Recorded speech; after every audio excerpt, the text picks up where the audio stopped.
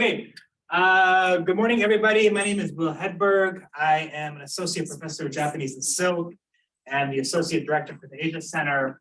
And I just want to welcome all of you to our ongoing lecture series, now in its second year, Global Asia in a Multipolar World series that invites prominent scholars from an array of disciplines, humanities, the arts, social sciences, to speak about interregional connections across Asia, flows of text, people, goods, ideas, languages, etc.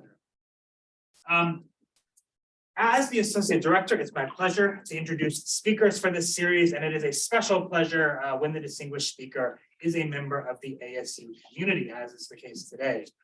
Dr. Danielle Lauro is a political and cultural historian of early modern Japan, who joined the faculty in SHPRS in January of last year.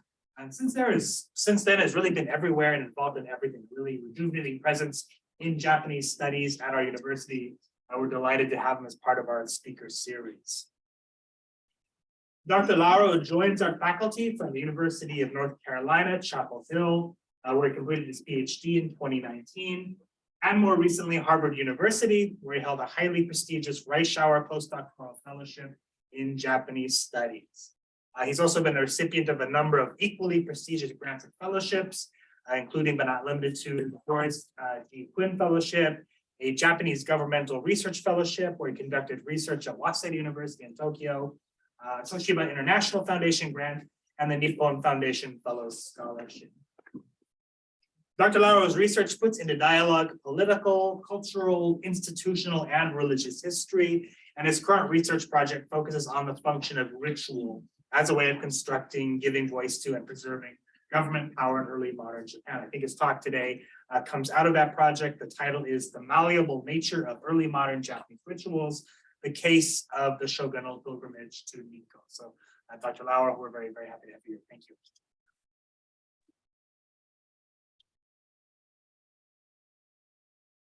Great. Thank you, Dr. Hedberg. Okay. All right. Thank you, Dr. Hedberg, for the kind introduction, and thank you everyone for joining me today. I'm really excited about the opportunity that the Asia Center here at ASU is giving me to introduce my research, which broadly speaking focuses on the cultural practices of Japan's early modern warrior elite, and more specifically on the ritual performances of the Tokugawa shogunate, which is the military government that ruled Japan from 1603 to 1868. I want to start today's talk by framing a little bit my research topic and some of the main themes and questions that my current project tackles. So what you see on the projector screen, and for you connected through Zoom on your own screens, is a late 19th century woodblock print depicting the Tokugawa shogun's pilgrimage to Nikko, a town nested in the mountains of present-day Tochigi Prefecture, about 90 miles north of Tokyo.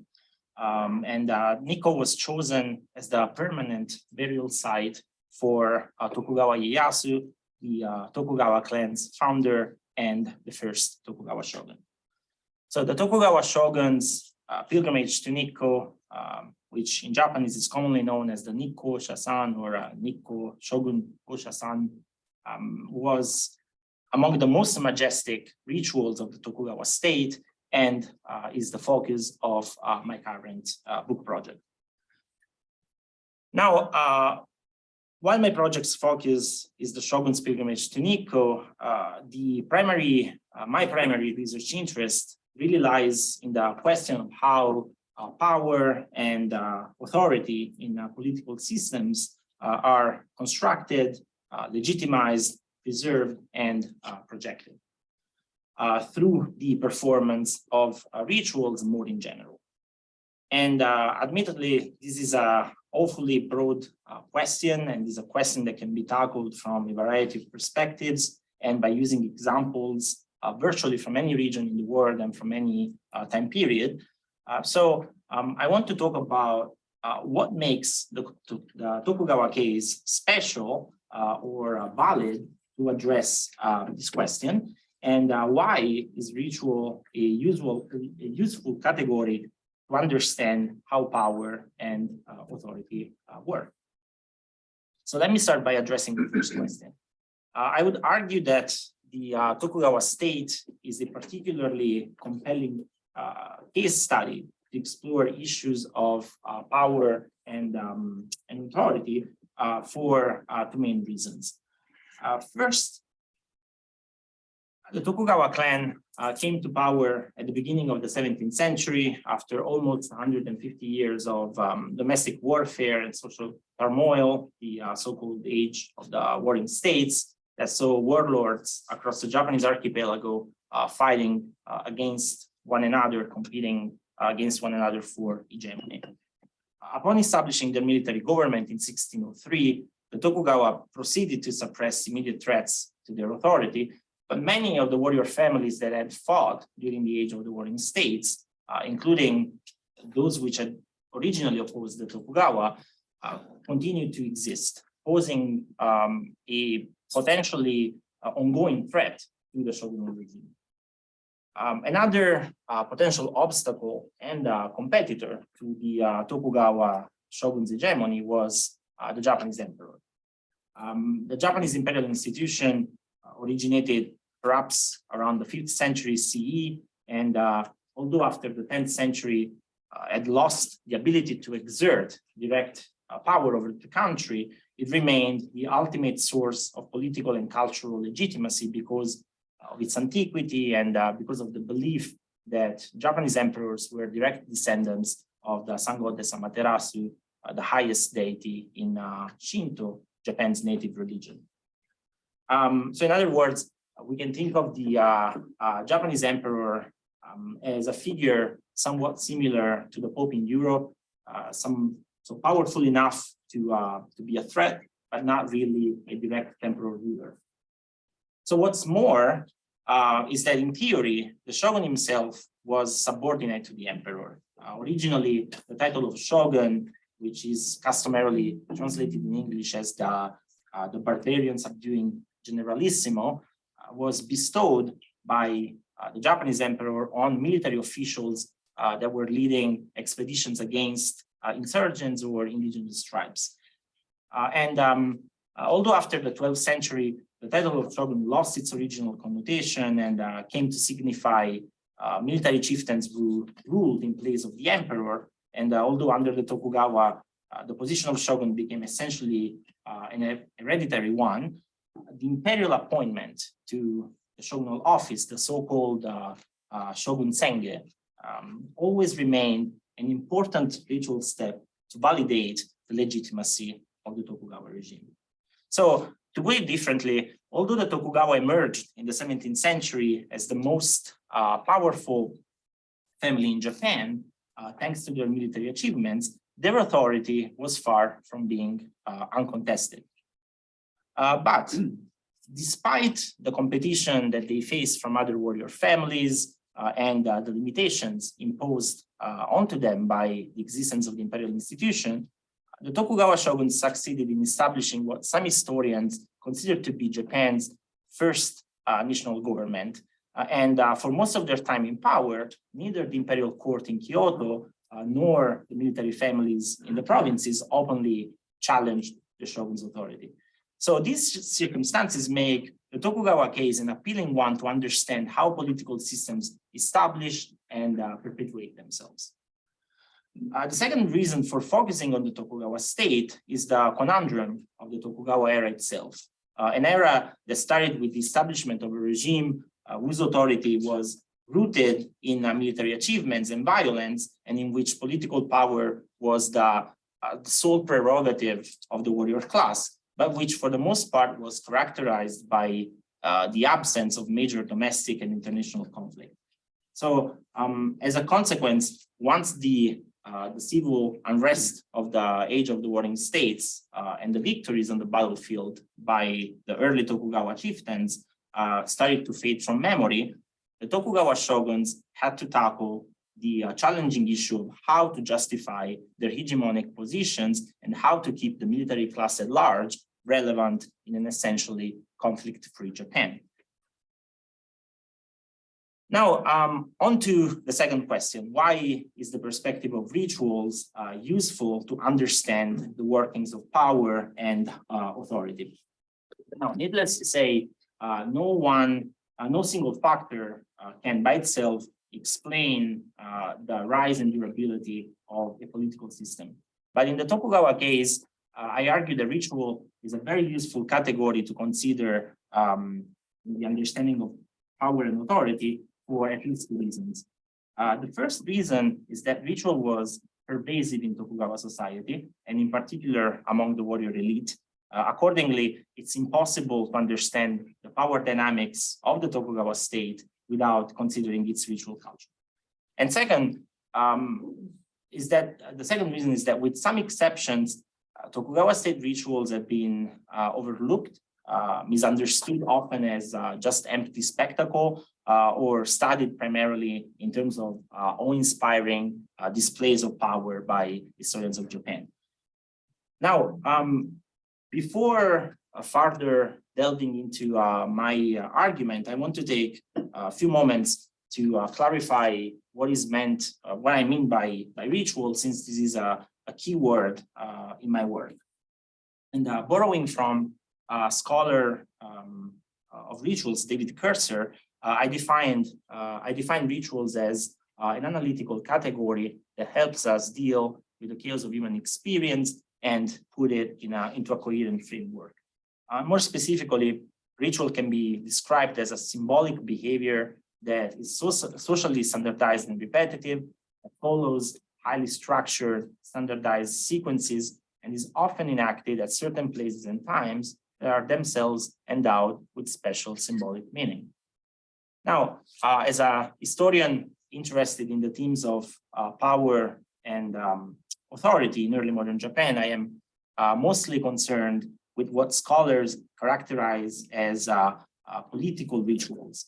That is to say, ceremonial practices that specifically construct, display, and promote the power of political institutions or the political interests of distinct constituencies and subgroups. Now, virtually every political system in history has developed its peculiar rituals and symbols of power. But in the case of the Tokugawa, it's no exaggeration to say that the presence of rituals in politics was ubiquitous. Tokugawa rulers spent considerable part of their time conducting various forms of rituals. For instance, a shogunal record of the annual ceremonies of the Tokugawa state, published in 1858, contains a long list of events, including audiences, seasonal celebrations, festivals, and ceremonies commemorating the history of the shogunate or members of the shogunal clan, martial rituals, etc. And according to this record, the shogun's ritual agenda was so busy that in certain months, it could include as many as 10 days dedicated to the performance of rituals. In addition to these annual events, Tokugawa rulers also conducted extraordinary ritual events, including special audiences, visits to retainers' houses, hunting trips, pilgrimages such as the one to Nikko, rites of passage, memorial services, diplomatic rituals, and so on.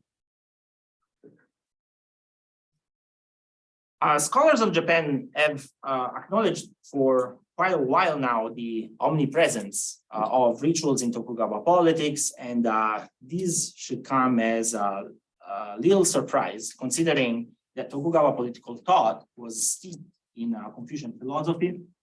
The Book of Rites, one of the 5 classics of the traditional Confucian canon, describes ritual as, quote, a great instrument in the hands of the ruler. It is by them that he resolves what is doubtful and brings to light what is abstruse. It is by them, in short, that the government is rightly ordered and his own tranquility secured. Yet, despite these acknowledgements, some historians have overlooked the meanings attached by Tokugawa rulers to rituals. For example, in his seminal work, treasures among men.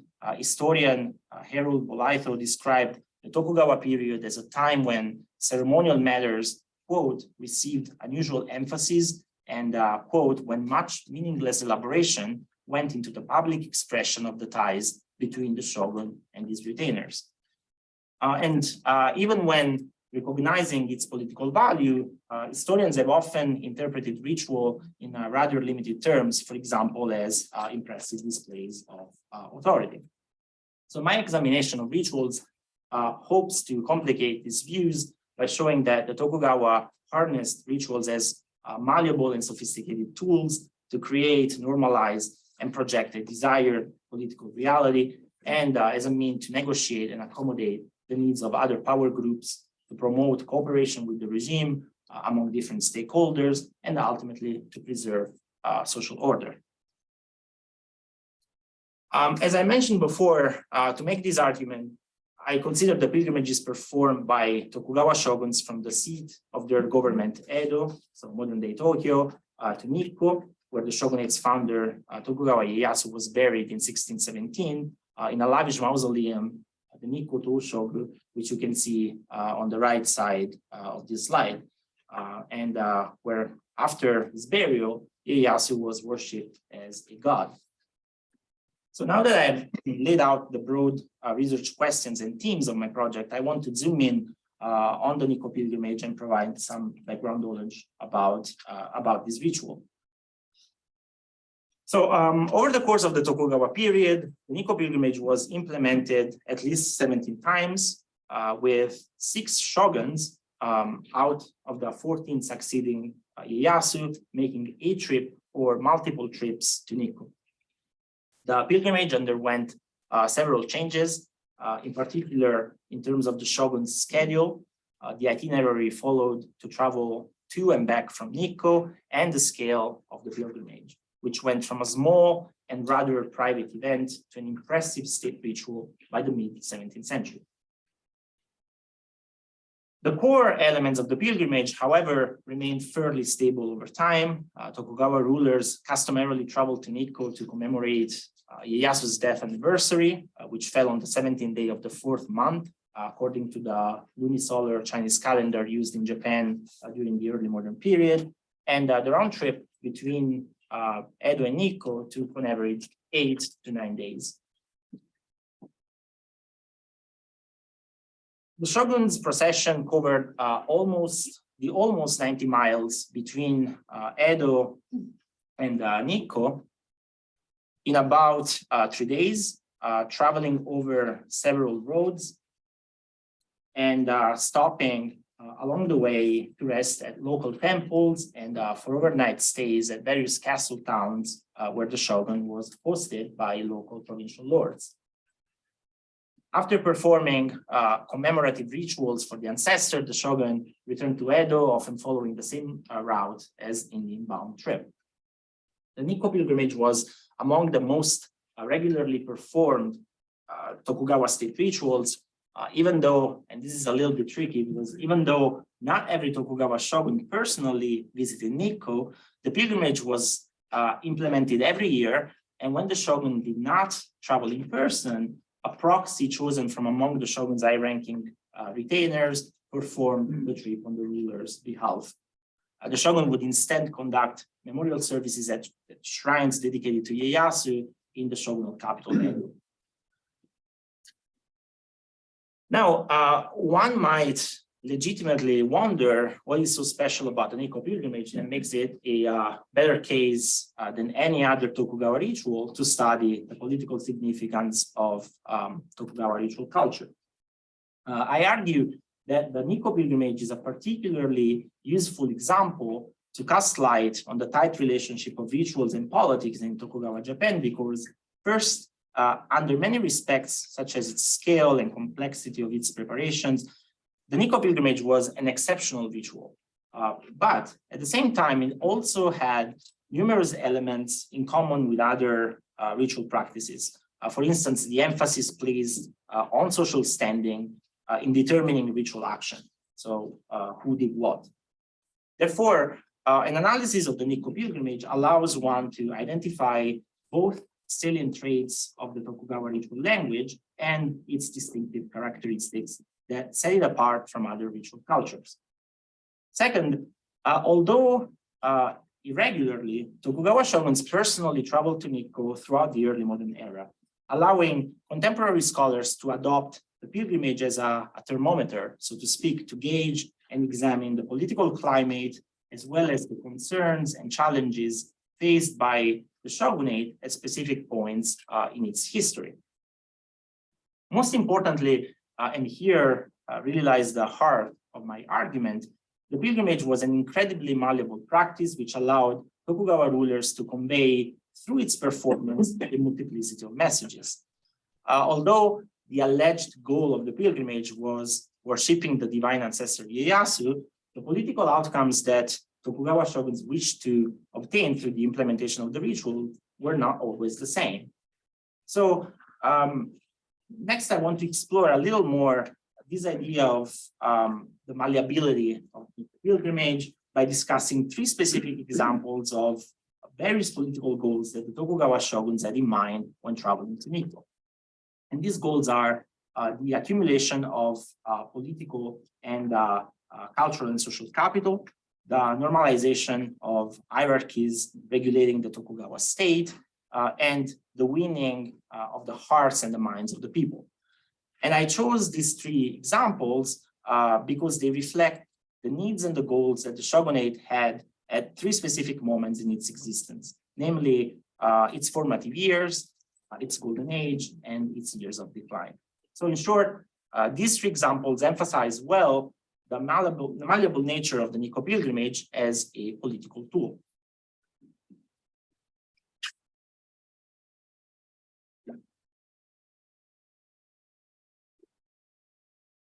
So first, let's consider the Nikko pilgrimage as a tool to gain political, social, and cultural capital. The deification of the shogunate's founder after his death, the establishment of a religious faith surrounding him, and his burial in Nikko were powerful ritual steps for the Tokugawa regime to assert their supremacy over other military families and over the Japanese emperor during the opening decades of the Tokugawa regime's existence. By the 1600s, declaring that a military leader had become a god after his death was nothing new in Japan. Before the Tokugawa, other families had adopted the same strategy to guarantee their political immortality. But what was new with Nikko were the ways in which the Tokugawa manipulated the imperial court to increase the legitimacy and the prestige of Ieyasu's deification, and as a consequence of the shogunate itself. So for example, the choice of Nikko as a burial site for the first shogun was not a coincidence.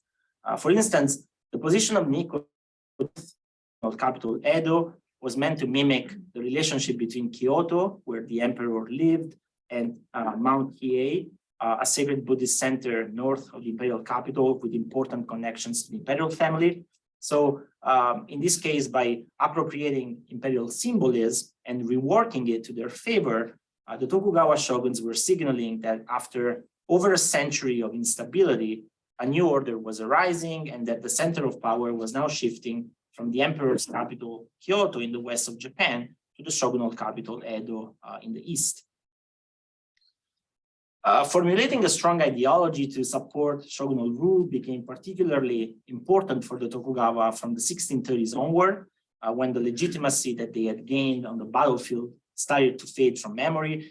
The first and second Tokugawa shoguns had demonstrated their right to be Japan's supreme military chieftains through their military endeavors. But after them, and until the last shogun, Yoshinobu, no shogun would directly engage in a war.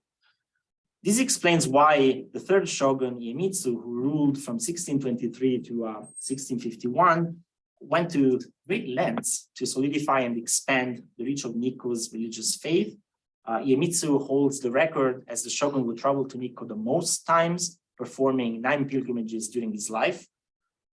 During his tenure as shogun, the Nikko Shogu, the mausoleum where Ieyasu was buried, underwent renovations and was granted the highest rank for a Shinto shrine by the emperor himself.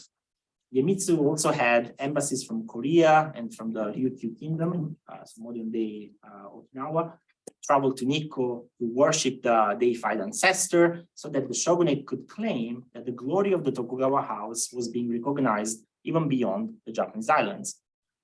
To further spread the Nikko faith, the second and third shoguns encouraged the establishment of shrines dedicated to Ieyasu in other parts of Japan as well. This practice continued throughout the early modern period, and by 1868, the number of shrines dedicated to Ieyasu across the archipelago had grown to over 200.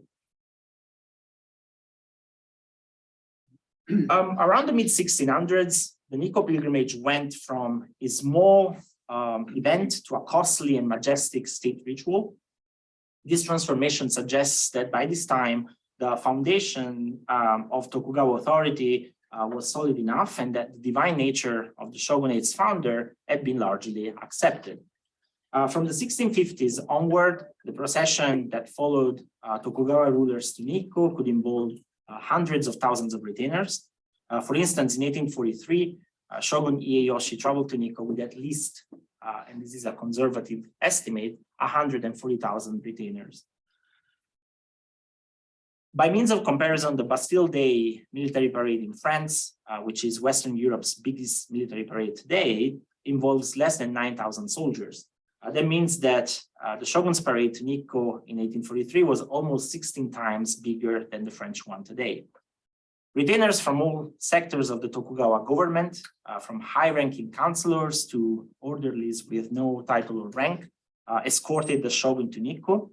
So arguably, the shogunal procession allowed the Tokugawa state to make itself visible in all its complexity. And in addition to impress and awe, the Nikko pilgrimage also became a ritual device to reconfirm hierarchies of power within the warrior class, because each participant's ritual behavior was predicated upon the notion of social standing. Ritual made social order visible, and through its repetitive nature, it normalized it and inculcated it in the minds of Tokugawa subjects.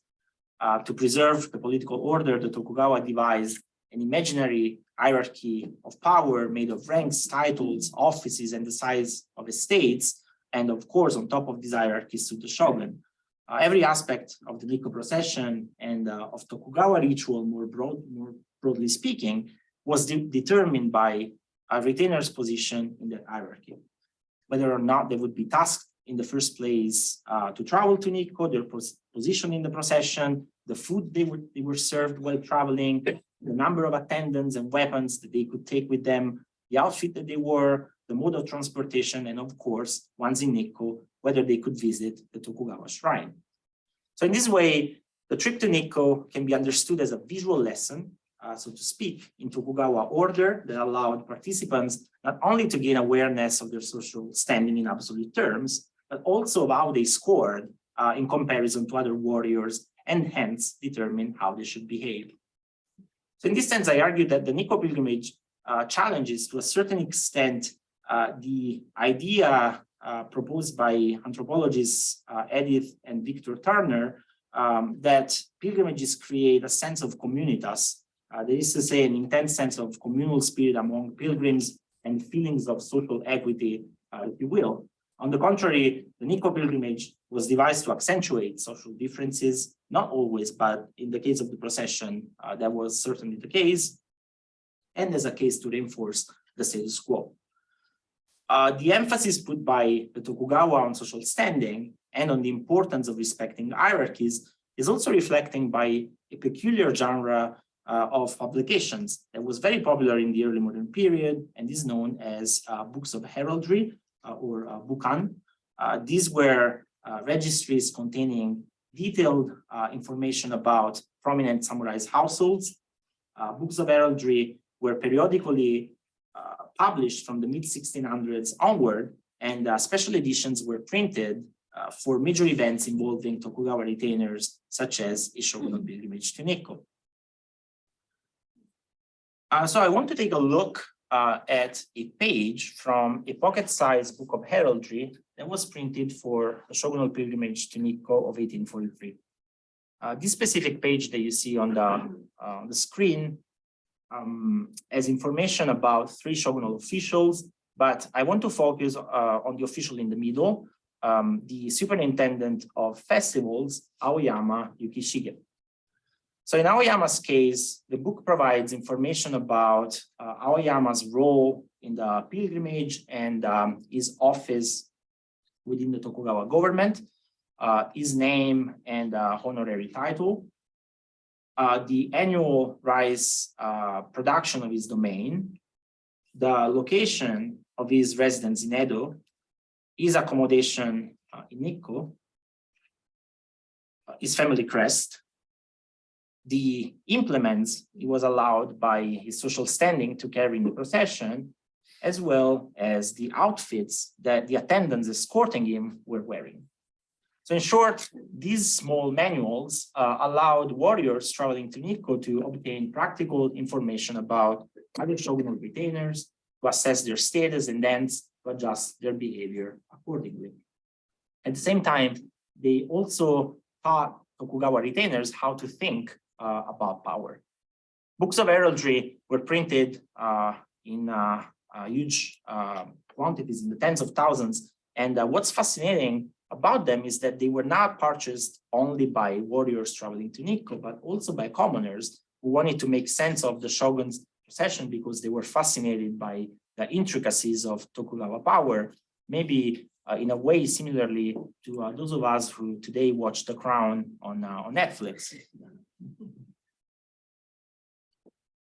Commoners' interest in the books of heraldry also casts light on an important characteristic of the Nikko pilgrimage that sets it apart from other Tokugawa rituals. That is to say that unlike the rituals that were performed inside the shogun's castle and were therefore restricted to a special handful of people, primarily members of the warrior elite, the pilgrimage was somewhat a public spectacle because that involved the general population to a certain extent, because to reach his ancestors' mausoleum in Nikko, the shogun had to physically travel through villages and post stations where ordinary people resided.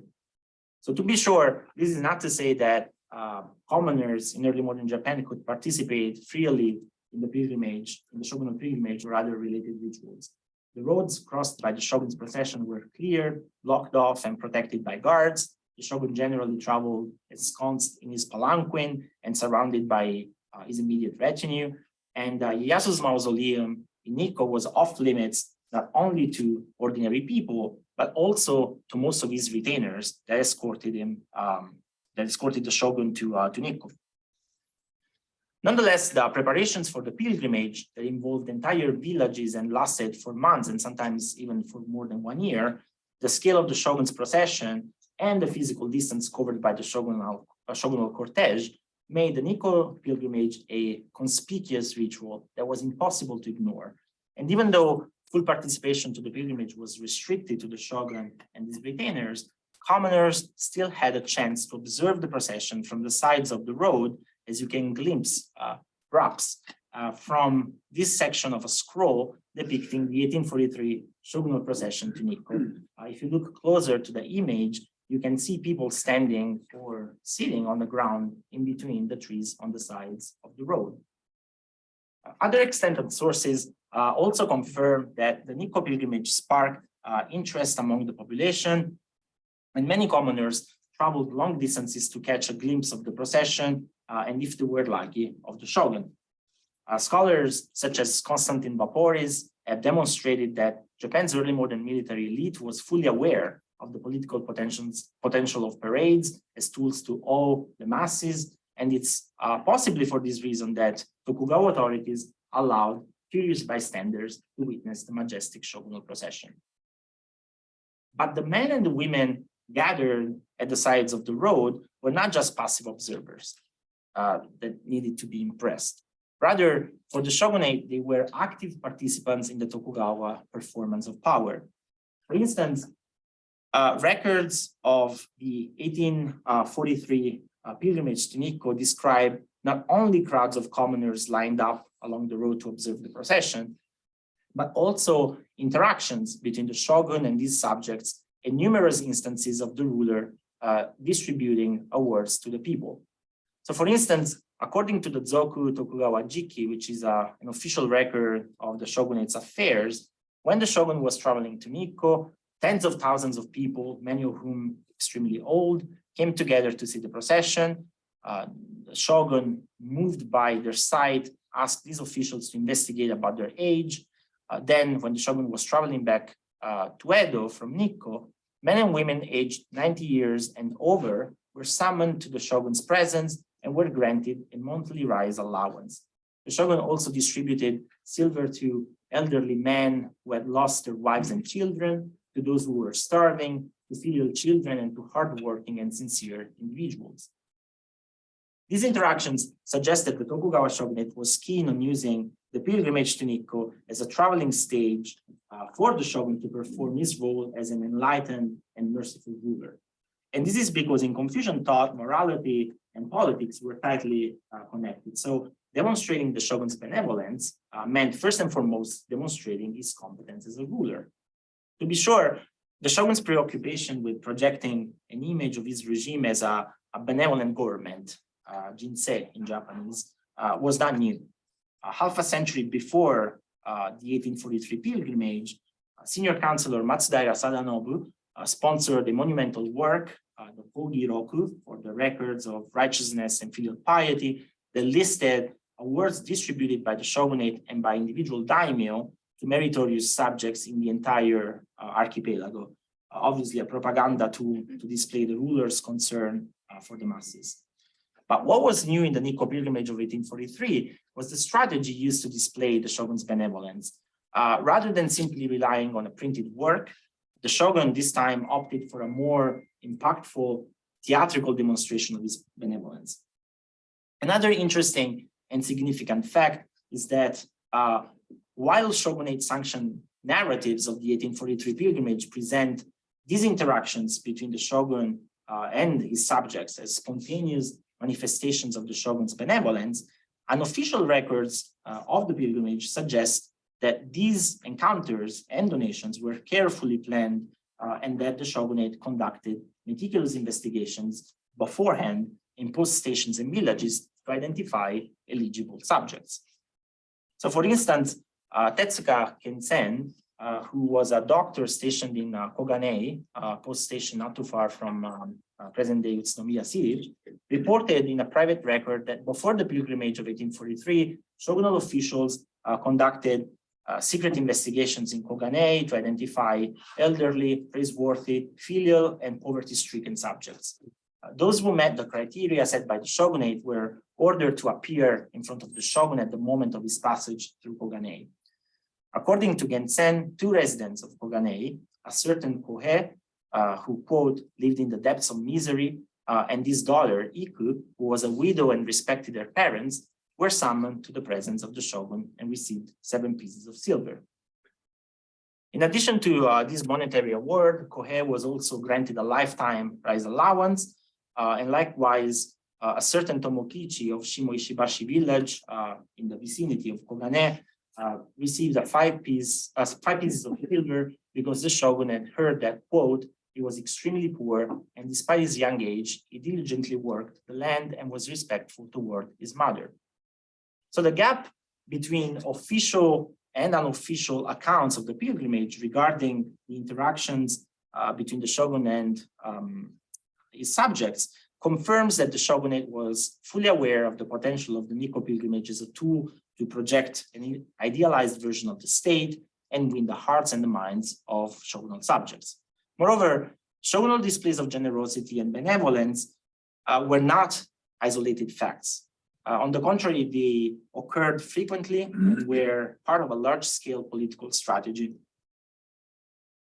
For instance, shogunal bannerman Kawaji Toshiakira, who traveled to Nikko with the shogun in 1843, reported 81 instances of donations made by the shogun to Tokugawa subjects during the pilgrimage.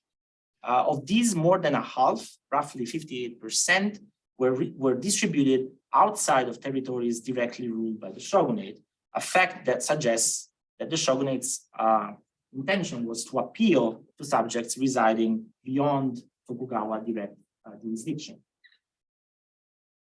Additionally, the distribution of awards was not the only way in which the shogun displayed his benevolence. Sources reveal that during his trip to Nikko, on several occasions, Shogun Ieyoshi traveled on horseback. He even walked instead of traveling in his palanquin, as it was customary, thus making himself more visible to the masses.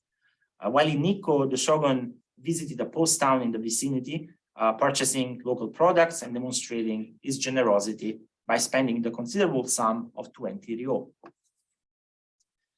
Finally, the implementation of rituals as a stage for performing the state's benevolence did not end with the shogunate, with the shogun's pilgrimage to Nikko in 1843. 5 years later, the shogunate sponsored a 15-day-long public performance of no theater in Edo, and the next year, the shogun held a large-scale hunting party. And during both events, many of these same strategies that I just described, so donations and sort of impromptu audiences can be seen. So this shows that ritual was not employed haphazardly. On the contrary, it was a constant element in the Tokugawa political mind. While the Nikko pilgrimage was not immune from harsh criticism due to the financial burden that he placed on villages along the Nikko road, and while some people were conscious of the machinations of the shogunate, the Tokugawa strategy implemented to carry favor with the people were effective to a certain degree. So for instance, in 1843, a certain Kijiro, one of the many bystanders along the Nikko highways, recorded in a private account that he was able to glimpse Shogun Ieyoshi's face and that he thought that the shogun, quote, looked indeed like a Meikun, an enlightened ruler. The shogunate's preoccupation with appealing to the masses had become evident already in the late 18th century, when a mix of factors, including rampant corruption among shogunal officials and the weakening of the shogunate's central authority, began to erode commoners' trust in their rulers. What's interesting, however, is that as far as sources show, the practice of the shogun distributing donations to commoner and making himself more visible to ordinary people was not common before 1843. So if it is true, as I argued, that the Nikko pilgrimage can be used as a thermometer or as a lens to examine the political climate of the time, then what can the shogunate's efforts to win the hearts and the minds of the people in 1843 tell us? Well, I argue that these efforts were symptomatic of the profound crisis that the regime was experiencing at the time. As a matter of fact, in the 1840s, the Tokugawa were dealing with increasing social unrest, fueled by several years of unusual weather, food shortages, oppressive taxation. These problems were amplified by political instability within the shogunate and by the very concrete threat of foreign encroachment. China's defeat by the British in 1842 in the First Opium War convinced many in the shogunal government that Japan could be next. This climate of uncertainty exacerbated the sense of alienation and resentment that the general population felt toward their rulers, a phenomenon described by Japanese historians as kogi banare, or detachment from the authority. The shogunal donations to commoners during the pilgrimage of 1843 were then part of a larger strategy to bridge the growing gap between the shogun and his subjects. So my time is sadly coming to an end, and I want to wrap up today's talk by reiterating some of my arguments and add a few additional observations about the idea of Nikko pilgrimage as a malleable ritual. But first, the case of the shogunal pilgrimage to Nikko shows that as scholars like Clifford Gears and David Kerser have theorized, political ritual is more than a simple reflection of power. On the contrary, ritual can produce power by constructing a desired political reality and by offering a means to a tool to interpret the world around us and our place in it. This is an important argument to understand early modern Japanese politics, but I would argue that it remains true even in contemporary times, where there is often a tendency to think about politics as something that is only made, that's exclusively the product of rational activities by bureaucrats. Second, my research hopefully shows that rituals such as the Nikko pilgrimage were a malleable tool that the Tokugawa harnessed to tackle a variety of challenges and pursue agendas during their time in power. In other words, while the official goal of the Nikko pilgrimage remained the worshipping of Ieyasu, Tokugawa shoguns traveled to Nikko with different political agendas in mind, including gaining political, social, and cultural capital, making hierarchies of power within the Tokugawa state understandable and visible, and winning the hearts and the minds of the people. Finally, the malleability of the Nikko pilgrimage is exemplified also by this ritual's ability to benefit not only the Tokugawa shoguns, who were its main performers, but also other individuals who were involved in its implementation with secondary roles, and who, by complying with the requests of the shogunate, were able to obtain some sort of personal gain. This was an important aspect of the Nikko pilgrimage because the compliant participation and collaboration of different actors within the Tokugawa society was essential for the pilgrimage to be successfully implemented, since this was a very complex ritual made up of so many different pieces. And so the prospect of some sort of gain and benefit for the individuals involved by the shogunate in the organization and implementation of the pilgrimage acted as a sort of incentive, so to speak, to cooperate with shogunal authorities. So, for example, the religious establishments that hosted the shogun on his way to Nikko complied with the shogunate's requests in exchange for the prestige that they derived from serving the Tokugawa chieftains and for the material benefits that they could reap, such as donations from local parishioners and almost cost-free refurbishment of their facilities. This was the case in 1843 of Jigenji, a temple near Koganei Post town in present-day Shimotsuke City. By serving as a shogunal rest area, Jigenji temple was able to obtain renovation funds from the shogunate, the local daimyo, and the temple's parishioners. And moreover, Jigenji must have leveraged its privileged connections to the shogunate to showcase its exalted status to the temple's visitors. Now, for this last point, I haven't found direct evidence in the temple's registry from the 1840s, but I think this claim can still be backed up by evidence from more recent times, such as the pamphlet that you see on the screen, and that the temple was distributing as recently as 2018 to visitors. So, and I want to consider this pamphlet for a brief moment in its front page. So Jigenji's connection to the shogunate is here immediately signaled by three elements. The Tokugawa family crest, the Mitsuba-oi on top of the page, a brief sentence on the left stating that the temple was, quote, the Tokugawa shogunal clan's lunch area during the Nikko pilgrimage, and a photo of the so-called rain-making dragon, or Amagoi no Ryu, a ritual implement used, as the name suggests, to invoke the rain, and that Jigenji received as a gift from the shogunate. Other references to the temple's relationship to the Tokugawa shogunate can be found inside the pamphlet. So, for example, in the section titled History, there's a whole passage according to which in 1649, Jigenji received a land donation from the shogunate, and according to which Jigenji's role as a shogunal rest area, quote, resulted in the shogunal clan and the temple having a close relationship.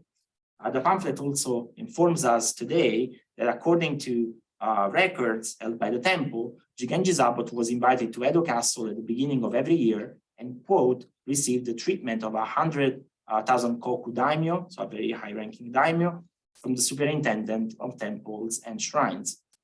So Jigenji continues today to advertise its connection to the Tokugawa clan, almost 160 years after the collapse of the shogunal government, and despite the fact that the Nikko pilgrimage is by now a relic of the past. And despite the fact that none of the facilities that were used by the Tokugawa shogunate at Jigenji exist today, that's the area where the facilities once stood. So I think it's not inconceivable to say that at the time of the Nikko pilgrimage, so back in the mid-19th century, the temple must have done something similar to boost its status. Like Jigenji, villages, merchant guilds, and even religious communities cooperated with the shogunate in the implementation of the pilgrimage in hopes of obtaining some benefits in return. Collectively, these examples show that Nikko pilgrimage was more than a tool to which the shogunate exerted its authority top-down on its subjects. And this aspect of the Nikko pilgrimage is worth exploring because it challenges the idea of political rituals as benefiting solely those on top of the hierarchy, and it complicates our understanding of the ways in which the Tokugawa state operated by further showing that rituals were a malleable tool through which the shogunate could, at the same time, reconfirm its hegemony and gain public favor by negotiating and accommodating the needs of other groups. So I will stop it here. Thank you so much for your attention, and I look forward to comments and questions. Thank you very much for a wonderful talk. Let's indeed move to comments and questions. Try to monitor the Zoom, and we'll start out. Any questions? So one relatively simple question and one that might be a bit more complicated. I've always wondered about the origins of the name Nikko. It means literally sunlight, right? And the avatar of the Ieyasu is Tosho Gongen, isn't it, right? The shining light of the east. And you made this point about the imitation of imperial geography.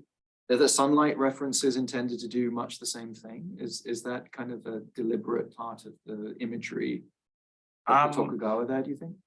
I'm fairly sure that there's a connection to the association of the emperor, the sun, and the Amaterasu, and that connection is also in the name of Tosho Daigongen, because one of the characters, the Sho, is the same Sho that you have in Amaterasu. Yeah. But the name of the city, Nikko, the city itself existed way before the Tokugawa were even a thing. And Nikko had connections to the imperial family actually before the establishment of the shogunate. So actually, the selection of Nikko as a burial site for Ieyasu itself was an exercise of appropriation of imperial prerogatives. And then the imperial family got their revenge on the Tokugawa by taking over Edo like in 1868, didn't they? Did the other thing. And the second question is, well, I mean, Nikko is now a major tourist site, right? Yes. I mean, how does that tie in with the ritual thing? Because obviously, I mean, in 1868, the office of shogun is abolished, and it's no longer a shogunal site as such. But what happens after the Tokugawa? Right. Well, that's a wonderful question, and I wish I could have added some in the presentation, but it was already very long, and that ties directly to my second project, which is about the afterlives of Nikko after the collapse of the shogunate. So Nikko, to make it short, I think Nikko is an interesting story because some of the Tokugawa sites, for example, Kaneji in Tokyo, got not completely destroyed, but their size was reduced as a consequence of the major restoration and the Boshin War. And on top of that, symbolically, the Meiji state chose those grounds in Ueno to place a national museum. So one of the symbols of the new Meiji state. But Nikko was spared by this fate. In fact, I believe as early as 1876, the Meiji emperor visited Nikko and extended imperial patronage to the site. Perhaps part of the reason is because the Nikko abbot was chosen from the imperial family throughout the Tokugawa period. And Nikko, in a way, maintained a high status in the Meiji period, becoming this sort of cosmopolitan city where ambassadors from foreign countries would go vacationing and building villas. And today, most interesting, after 1945, even though the rituals that Toshogu are still performed. Obviously, there's no Nikkö shasan, but the Toshogu has been transformed in a sign, in a symbol of cultural diplomacy in many ways, becoming one of the monuments or one of the sites inscribed in the UNESCO World Heritage, or being used as an ambassador of goodwill to build bridges between Japan and the other countries, especially after the Asia-Pacific War.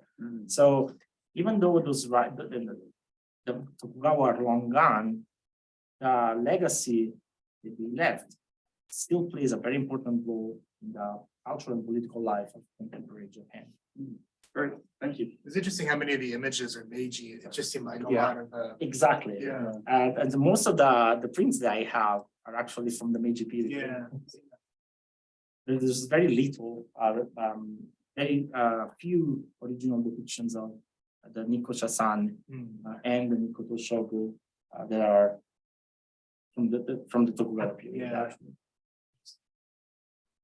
Other question? Yes, that's right. Thank you, Danielle. That was a very rich presentation. I have a question regarding the theory of ritual that is kind of embedded in you. And I can see you right away address actually a very current debate, even by focusing and highlighting the dynamics of the ritual, right? It's in your word of the malleability, which says it's about the practice, it's about the changes that actually become important. And that, as we know, is in some kind of in contrast to a convention that would look down and say that rituals are much more about reenacting a certain tradition, perhaps conserving, preserving, etc., reenacting a certain meaning, symbolic meaning, etc. We are now looking much more at those practices that keep things in change.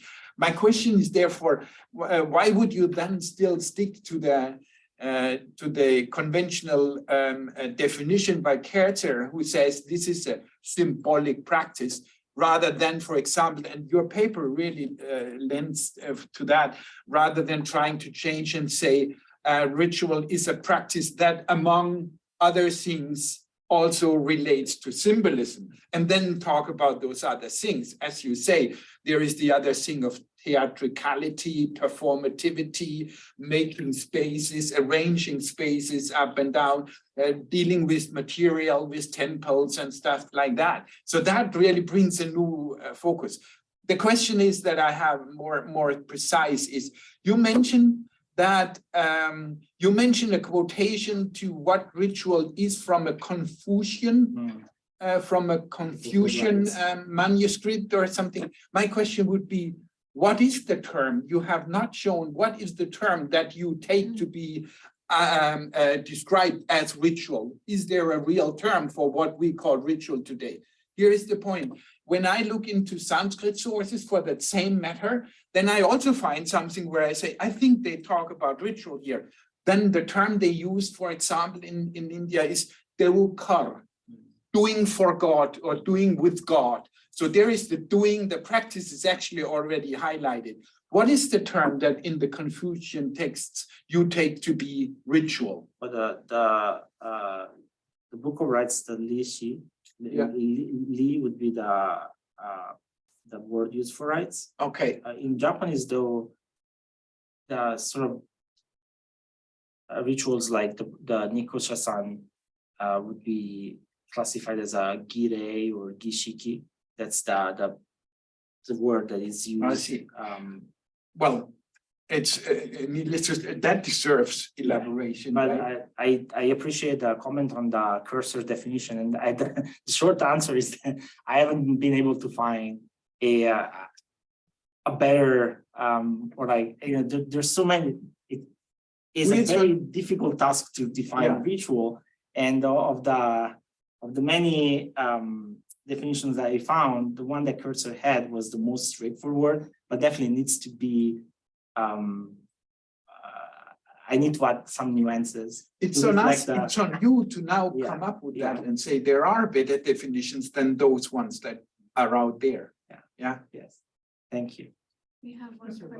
I'm Professor Bunkenkamp, and then we'll Hello, question from behind you. Yes. I enjoyed your talk very much. I had, first of all, a simple question. And then maybe a follow-up if I could do that. The simple question is, you talked a bit about something that these are, what did you call them? Books of heraldry? Yes. What is Japanese for that? The bukan. Yeah. Yes. Yeah, Although the sort of the regular bukan, the one that are printed for the Nikko pilgrimage are pocket-sized bukan. right. That they're most a little bit bigger than an iPhone, I would say, Right. like this. Uh-huh. But the regular bukan are much bigger. They're I see. not as easy to carry around. Interesting. Well, because calling it a book of heraldry, I suppose, is sanctioned by translation tradition or something like that. Yeah. So heraldry is part of what that thing is doing. As you pointed out, it's doing so much more. And so I wanted to ask you about the wider question is this, and it follows up on Professor Henn's question, having to do with ritual as constructing power and constructing authority. You talk a lot about how it works outside of the imperial house and the shogunate, right? And converts people outside. I'm wondering if you've looked at all at how it constructs power within. I wonder if those bukan maybe are there ever cases where they're changing power structures, or this ritual seems like a great opportunity to kind of reward those people and kind of construct your. Oh yeah. And so I was wondering if you'd looked at that aspect of the pilgrimage. Definitely the pilgrimage was an occasion to sort of show benevolence not only to the sort of the masses, so to speak, but also to the members of the Tokugawa government and shogunal retainers. So especially after the completion of the pilgrimage, there would be month-long celebrations in every castle where retainers that had contributed to successful implementation of the pilgrimage would be rewarded titles and land or money, invited to performances of no. So there's definitely that sort of that aspect of the Nikko shasan does exist. Yeah. And I mean, that's not limited to the Nikko shasan. That's part of course, it's a huge. Tokugawa ritual. This is a huge opportunity. Though, Yes, yes. And it seemed like the book is just fascinating. Yeah. And you're telling them people what their retainers can wear. I mean, you're basically giving them this face. And there was also a lot of change in between. So the Nikko shasan was an extremely complex ritual that could take really up to 14 months for from the time it was announced to the time the shogun hit the road. So there were cases in which a shogunal retainer would be appointed to a position and then be unable to travel to Nikko, either because they were sick and then or they had somebody in their family died, and so they had this kegare and they couldn't go to Nikko. There are all sorts of reasons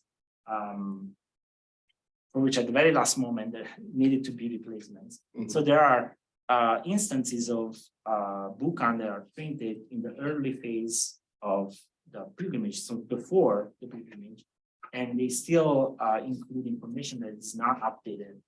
And then you have bukan that are printed after with updated information. So you can see, Interesting. you can sort of chart those changes through the That's a bukan, great way of and answering. by also looking at the official chronicles. Mhm. Tokugawa Jiki has all that information, luckily. I'm jealous because you work in a period where there's a lot of information.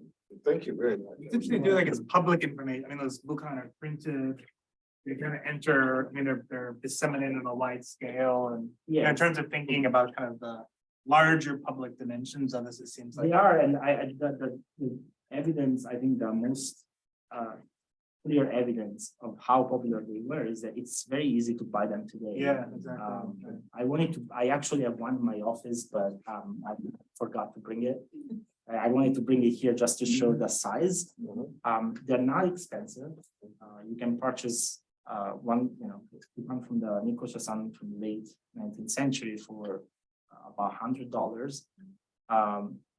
And a lot of times they are found inside Fuzuma sliding doors because people bought them and then forgot about them and then they used them to stuff these doors.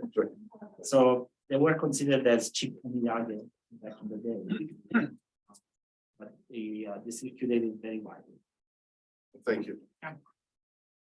Sure, there's some questions online or? Yes, from Jacob Miller, thank you for your excellent presentation. Can you offer a sense of Japan's total population during the mid to late Tokugawa period? Any wealth disparities among the population? And how significant is that 5 pieces of silver was for average Japanese person during this time? Okay, I don't have that much specific data. To be honest, I don't want to provide wrong information, to be honest. But the 5 pieces of silver was definitely I would say a quite important and sort of remarkable award. But I think in the case of those donations, what is remarkable was not so much the fact that these people received the money, but that with the donation came the occasion of meeting the ruler and having this sort of impromptu, so to speak, audience on the side of the road. There are records of the preparations of how people were carried from the villages to the point where they were supposed to meet the ruler. And there's some funny stories that I read in sources where, because most of the people were elderly, they weren't able to walk as fast as the shogunal authorities want them to walk. So they kept on missing the shogun while he was traveling back to Nikko, back to Edo. So at one point they just had to put them in palanquins and carry them to a certain point to make sure that this audience would happen. So I apologize for the population data that I don't have like specific knowledge about that. And again, I just don't want to give you wrong information. Any other questions? Any more? No? Any other questions? We're about at time, so maybe we'll stop there. Thank our speaker one more time. And please help yourself. We've locked the doors from outside. Nobody can leave until help yourself. Yeah.